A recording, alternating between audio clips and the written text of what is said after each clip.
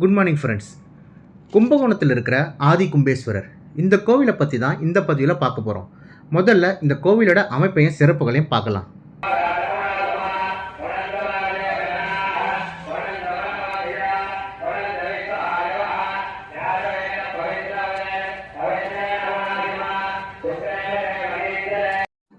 கும்பகோணத்தில் 200க்கும் மேற்பட்ட ஆலயங்கள் இருந்தாலும் இந்த பிரபஞ்சம் தோன்ற காரணமாக அமைந்த கும்பேஸ்வரர் வீட்டிலிருந்த அருள்பாலிக்கும் ஆதி கும்பேஸ்வரர் ஆலயம்தான் முதன்மையானதாக கருதப்படுகிறது.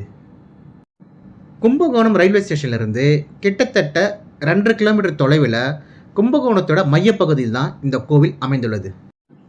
9ஆம் நூற்றாண்டைச் சேர்ந்த இந்த கோவில் சோழர்கள் காலத்தில் கட்டப்பட்டதாக சொல்லப்படுகிறது. அதுக்கப்புறமா 16ஆம் நூற்றாண்டில் நாயக்கர்களால் இந்த கோவில் புனரமைப்பு செய்யப்பட்டுள்ளது. சுமார் 4 ஏக்கர் பரப்பளவில் அமைக்கப்பட்டுள்ள இந்த கோவில் திராவிட கட்டிடக்கலை அடிப்படையில் கட்டப்பட்டுள்ளது. நாரதர் கொடுத்த ஞானக்கனியை பெற உலகத்தை சுற்றி வரும் போட்டியை சிவன் அறிவித்தார். விநாயகப் பெருமான் அம்மையப்பரை சுற்றி வந்து அவர்களே உலகம் என்பதை உலகத்தாருக்கு எடுத்துரைத்தார். இதை மெய்ப்பிக்கும் வகையில் இந்த கோவிலின் பிரகார அமைப்பு சுவாமியும் அம்பாளையும் சேர்த்து சுற்றி வரும் வகையில் உள்ளது.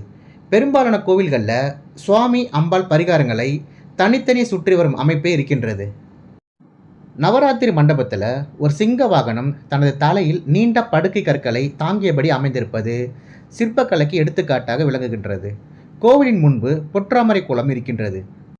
மகாமகத்திற்கு வருபவர்கள் மகாமக குளத்தில் நீராடிய பிறகு பொற்றாமரை குளத்திலும் நீராடுவர். நவகன்னியரான நதிகள் மகாமக குளத்தில் நீராடிய பின்பு இந்த பொற்றாமரை குளத்தில் நீராடினர் என்பது ஐதீகம். இந்த கோவிலோட வெளிப்பிரகாரத்தில் கும்பமுனி சித்தர் அருள்பாலிக்கின்றார். இவரை வணங்கினால் கிரக தோஷங்கள் நீங்கும் என்பது பக்தர்களின் நம்பிக்கை. கொடிக்கம்பம் அருகில் லட்சுமி நாராயண பெருமாள் சன்னதி உள்ளது. இந்த கோவிலில் ஆறுமுக பெருமானுக்கு 6 முகங்கள் இருந்தாலும் கைகள் மட்டும் 12 இல்லாமல் 6 மட்டுமே உள்ளது. அது மட்டும் இல்லாமல் இந்த கோவிலோட நவராத்திரி மண்டப விதானத்தில் 12 ராசிகள் 27 நட்சத்திரங்களை சேர்த்து ஒரே கல்லில் சிற்பம் அடித்துள்ளனர். மேலும் இந்த கோவிலில் உள்ள சித்திர நடன மண்டபமும் அதிலுள்ள சித்திரங்களும் சிற்ப வேலைப்பாடுகளும் மிகவும் அழகாக இருக்கும். திருஞான சம்பந்தர் மற்றும் திருநாவுக்கரசரால் பாடல் பெற்ற காவிரி தென்கரை தலங்களில் இந்த ஆலயமும் ஒன்று. மூலவரான ஆதி கும்பேஸ்வரர் சுயம்பமூர்த்தியாக கிழக்கு நோக்கி அருள் புரிகின்றார். அமுதத்தையும் மணலையும் குழைத்து உருவாக்கப்பட்ட லிங்கமாக இந்த லிங்கம் திகழ்கின்றது. எனவே கவசம் சாத்தப்பட்டுள்ள இந்த லிங்கத்துக்கு அபிஷேகம் செய்யப்படுவது இல்லை. ஆவுடையாருக்கு மட்டுமே அபிஷேகம் செய்யப்படுகிறது. லிங்கத்துக்கு பௌர்ணமி தோறும் புனுகு சட்டம் சாத்துகிறார்கள். லிங்கமானது கீழே பருத்தும் மேலே செல்ல செல்ல ஊசி வடிவிலும் காணப்படும். கும்பேஸ்வரர் ஆலய கருவறை லிங்கத்திலிருந்து தெய்வீக கதிர்வீச்சு தினமும் வெளியில் வருவதாக பக்தர்கள் மத்தியில் நம்பிக்கை உள்ளது. அந்த தெய்வீக கதிர்வீச்சை பக்தர்களில் சிலர் அடிக்கடி உணர்வதும் உண்டு. இத்தல அம்மனுக்கு மங்களநாயகி, மந்திரபீட நலத்தால் ஆகிய திருநாமங்கள் உண்டு. சம்பந்தர் இத்தலத்து இரவியை வளர்மங்கை என அழைக்கின்றார்.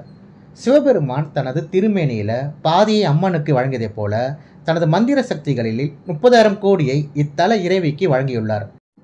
அம்பாளுக்கென்று 36,000 கோடி மந்திர சக்திகள் உள்ளதால் 72,000 கோடி மந்திர சக்திகளுக்கு அதிபதியாக மந்திர பீடேஸ்வரி என்ற திருநாமம் பெறுகிறாள்.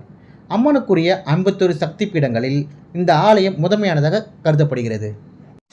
கல்வியில் சிறந்து விளங்க நினைப்பவர்கள், தொழில் துவங்குபவர்கள், திருமண தடை உள்ளவர்கள், குழந்தை பாக்கியம் வேண்டுபவர்கள், குபேர வாழ்வு விரும்புபவர்கள் மங்கள நாயகிக்கு ஆவணி ஞாயிற்றுக்கிழமைகளில் செம்பருத்தி பூவால் அலங்காரம் செய்து அர்ச்சனை செய்தால் வேண்டியது கிடைக்கும் என்பது பக்தர்களின் நம்பிக்கை. இந்த கோவிலின் வெளிப்பிரகாரத்தில் கிழக்கு மூலையில் அகத்தியருக்கு தனிச்சன்னதி உள்ளது. அது மட்டும் இல்லாமல் சைவ சமயத்தை வளர்த்த 64 நாயன்மார்களுக்கும் ஆலயத்தின் உள்பிரகாரத்தில் சிலைகள் உள்ளன. இது மட்டும் இல்லாமல் இந்த கோவிலில் கல்நாதஸ்வரம் இருக்கின்றது. நீங்கள் இந்த கோவிலுக்கு போகும்போது இதை மிஸ் பண்ணாமல் பாருங்கள். சிவனும் அம்மனும் ஆதியில் இத்தலம் வருவதற்கு முன்பே விநாயகர் இங்கு வந்து காத்திருந்ததால் இத்தல விநாயகர் ஆதி விநாயகர் என்று அழைக்கப்படுகின்றார். முருகப்பெருமான் சூரசம்பாரத்திற்கு செல்லும் முன்பு இங்கு வந்து இத்தல இறைவியை வணங்கி மந்திர உபதேசம் பெற்றுள்ளார். அது மட்டும் இல்லாமல் சிவபெருமான் வேடர் வடிவில் வந்து அமிர்தம் நிறைந்த குடத்தை உடைத்தார். அதன் அடிப்படையில் இங்கு கிராதமூர்த்திக்கு தனிச்சன்னதி உள்ளது.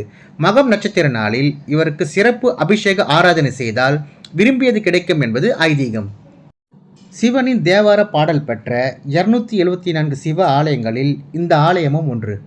12 ஆண்டுகளுக்கு ஒரு முறை மாசி மாதத்தில் குரு சிம்ம ராசியிலும் சூரியன் கும்ப ராசியிலும் பிரவேசிக்கும் பௌர்ணமி நன்னாளில் மகாமக திருவிழா கொண்டாடப்படுகின்றது. மாசி மகத்தன்று மகாமக குளத்தில் தீர்த்தவாரி நடைபெறும். பங்குனி மாதத்தில் மகாமக குளத்தில் தெப்பத் திருவிழாவும், சித்திரையில் சப்தஸ்தானம் என்ற நிகழ்ச்சியும் நடக்கின்றது. இவ்விழாவின் போது சுவாமியும் அம்பாலும் 20 கிலோமீட்டர் தூரத்தில் உள்ள 7 தலங்களுக்கு எழுந்தருளுவார்கள். வைகாசியில் திருக்கல்யாணம், ஆனையில் திருமஞ்சனம், ஆடியில் 18ஆம் பெருக்கு, ஆடிப்பூரம், பங்குனி திருவிழா ஆகியவை கொண்டாடப்படுகின்றது. மாசி மாதம் அஸ்வதி நட்சத்திரத்தில் கொடியேறி 8ஆம் நாளில் வெண்ணெய்த்தாழி நிகழ்ச்சியும், 9ஆம் நாளில் தேரோட்டமும், 10ஆம் நாளில் மூஷிக மயில் ரிஷப வாகனங்களில் பஞ்சமூர்த்திகள் புறப்பாடும் நடக்கும். 12 ஆண்டுகளுக்கு ஒரு முறை மகாமக திருவிழா ஆதி கும்பேஸ்வரர் கோவில் சார்பிலேயே நடத்தப்படும் தமிழகத்தின் மிகப்பெரிய திருவிழாவாக கருதப்படுகிறது. இந்த ஆதி கும்பேஸ்வரர் கோவில் 3 கோபுரங்களையும் 3 பிரகாரங்களையும் கொண்டுள்ளது. கிழக்கே உள்ள கோபுர வாயிலே பிரதான வாயிலாகும். இந்த ராஜகோபுரம் சுமார் 128 அடி உயரம் கொண்டதாகும். இப்போ இந்த கோவிலை வழிபடும் முறையை பற்றி பார்க்கலாம். முதல்ல ராஜகோபுரம் வழியாக உள்ளே போனதும் நீண்ட மண்டபத்தை கடந்து பலிபீடத்தையும் கொடிமரத்தையும் வணங்கி வாசலில் உள்ள நந்தி தேவரிடம் அனுமதி பெற்று கோவிலுக்குள் நுழைய வேண்டும். கும்பேஸ்வரரை வணங்கிய பிறகு முதல் பிரகாரத்தில் உள்ள 64 நாயன்மார்களையும் சப்தமாதர்கள், காமதேனு, பவலிங்கம், சர்வலிங்கம், ஈசானலிங்கம், பசுபதிலிங்கம், ருத்ரலிங்கம், உக்ரலிங்கம், பீமலிங்கம், மகாலிங்கம், தட்சிணாமூர்த்தி ஆகியோரை தரிசித்து சற்று தள்ளியுள்ள வலஞ்சுழி விநாயகரை வணங்க வேண்டும். பின்னர் பிட்சாடனர், முருகன், அட்சயலிங்கம், சகஸ்கரலிங்கம், அன்னபூரணி, கஜலட்சுமி, மகாலட்சுமி, கோஷ்டத்தில் உள்ள பிரம்மா, சரஸ்வதி ஆகியோரை வழிபட்டு அம்மன் சன்னதியை வணங்க வேண்டும். பிறகு கண்ணாடி அறையில் இறைவன் பள்ளி கொண்டுள்ள காட்சியை கண்டு அஷ்டபுஜ துர்க்கையை வணங்கி அருகிலுள்ள நவநீத விநாயகர், கிராதமூர்த்தி, பைரவர், கால பைரவர், ஜொரகேஸ்வரர், சாஸ்தா, மகான் கோவிந்த தீட்சிதர், நாகாம்பாள் ஆகியோரை தரிசிக்க வேண்டும். இதன் பிறகு நவகிரக மண்டபத்தை சுற்றி கோவிலிலிருந்து வெளியேற வேண்டும். இப்படி முறைப்படி வணங்கினால் வாழ்க்கைக்கு தேவையான பாதுகாப்பு அனைத்தும் கிடைக்கும் என்பது பக்தர்களின் அசைக்க முடியாத நம்பிக்கை. மாசி மாதம் மக நட்சத்திரம் அன்னைக்கு தான் நாம் இந்த கோவிலுக்கு போனோம். அப்போது இங்கே திருவிழா பண்ணிட்டுருந்தாங்க. அதோட காட்சிகள் உங்களுக்காக. அதுக்கு முன்னாடி நம்ம சேனலை சப்ஸ்கிரைப் பண்ணுங்கள், ஷேர் பண்ணுங்கள், கமெண்ட் பண்ணுங்கள். அப்படியே பக்கத்தில் இருக்கிற பெல் ஐக்கனையும் ப்ரெஸ் பண்ணுங்கள். அப்போ தான் நம்ம போடுற வீடியோ உங்களுக்கு நோட்டிஃபிகேஷன்லாம் வரும். வாங்க இப்போது அந்த கோவிலில் நடந்த திருவிழாவை பார்க்கலாம். இந்த கோவிலில் நடந்த திருவிழா பார்த்ததுக்கப்புறமா இந்த கோவிலோட தல வரலாறை பார்க்கலாம்.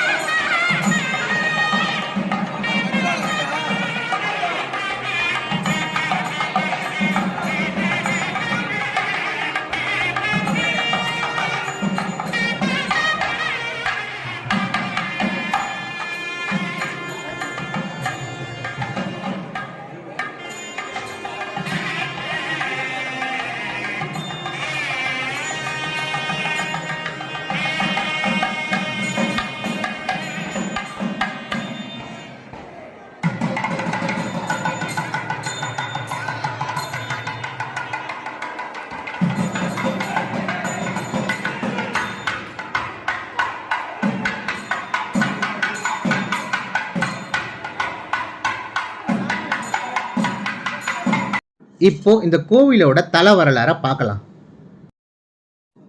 முன்னொரு காலத்துல தண்ணீரால் உலகம் அழிய இருந்தபோது பிரம்மா தனது படைப்பு தொழிலை எங்கிருந்து ஆரம்பிப்பது என சிவனிடம் கேட்டாராம்.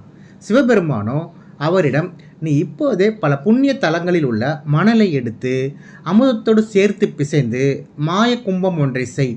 அது மட்டும் இல்லாமல் அந்த கும்பத்தில் அமுதத்தை நிரப்பி படைப்பு கலன்களை அதனுள் வைத்து பாதுகாப்பாக வைக்கும்படி சொன்னாராம். பிரம்மாவும் சிவன் சொன்னதுபடியே தனது படைப்பு ஆற்றல் எல்லாவற்றையும் அமுதத்தில் கலந்து ஒரு கும்பத்தில் இட்டு அந்த கும்பத்தை இமயமலை உச்சியில் பாதுகாப்பாக வைத்து விட்டார். பிரளய காலத்தில் கடல் நீர் பொங்கி இமயமலை உச்சி வரை சென்றபோது அங்கு பாதுகாப்பாக வைக்கப்பட்ட கும்பம் நீரில் மிதந்து சென்றது. பின்பு பிரளய நீர் வடிந்ததும் கும்பம் ஓரிடத்தில் தரை தட்டி நின்றது. அவ்வாறு குடம் என்ற இடத்தையே கும்பகோணம் என்று அழைக்கப்படுகின்றது. சிவபெருமான் தரை தட்டிய கும்பத்தின் மீது அம்பை செலுத்த கும்பம் உடைந்து அமுதம் கொட்டியது. சிவபெருமான் அமுதத்தில் நனைந்த மணலால் ஒரு சிவலிங்கத்தை உருவாக்கி அதனுள் அவர் ஐக்கியமானார். கும்பம் உடைந்து கீழே சிந்திய அமுதம், மணல் இவற்றால் உருவான இவர் ஆதி கும்பேஸ்வரர் என்ற பெயரில் இவ்விடத்தில் அருள் புரிகின்றார். ஆதியில் தோன்றியதால் ஆதி கும்பேஸ்வரர் என்றும், அமுதத்தில் தோன்றியதால் அமுதேஸ்வரர் என்றும் அழைக்கப்படுகின்றார். கும்பகோணம் நகரின் நடுநாயகமாக இருக்கும் ஆதி கும்பேஸ்வரர் ஆலயத்தை கும்பகோணத்தின் தலைமை கோவில் என்றே அழைக்கின்றார்கள். ஆலயத்தின் ஒவ்வொரு பகுதியும் வரலாற்று பின்னணி கொண்டது. ஒவ்வொரு சன்னதியும் ஒரு கதை சொல்லும் மகத்துவம் மிக்கது. எனவே கும்பேஸ்வரர் ஆலயத்தை அவசரமாக வழிபடாமல் பொறுமையாக நிதானமாக நடந்து வழிபட்டால் பல அற்புதமான பலன்களை பெறலாம். இந்த கோவிலை பற்றி எனக்கு தெரிஞ்ச தகவலை பதிவு பண்ணியிருக்கேன். மேலும் சில தகவல்களை டிஸ்கிரிப்ஷனில் கொடுத்துருக்கேன். உங்களுக்கு மேலும் தகவல் தெரிஞ்சால் கீழே கமெண்ட் பண்ணுங்கள். இந்த கோவிலுக்கு கட்டாயமாக குடும்பத்தோடு போயிட்டும் வாங்க. மீண்டும் ஒரு பதிவில் சந்திக்கிறேன். ஓம் நம சிவாய.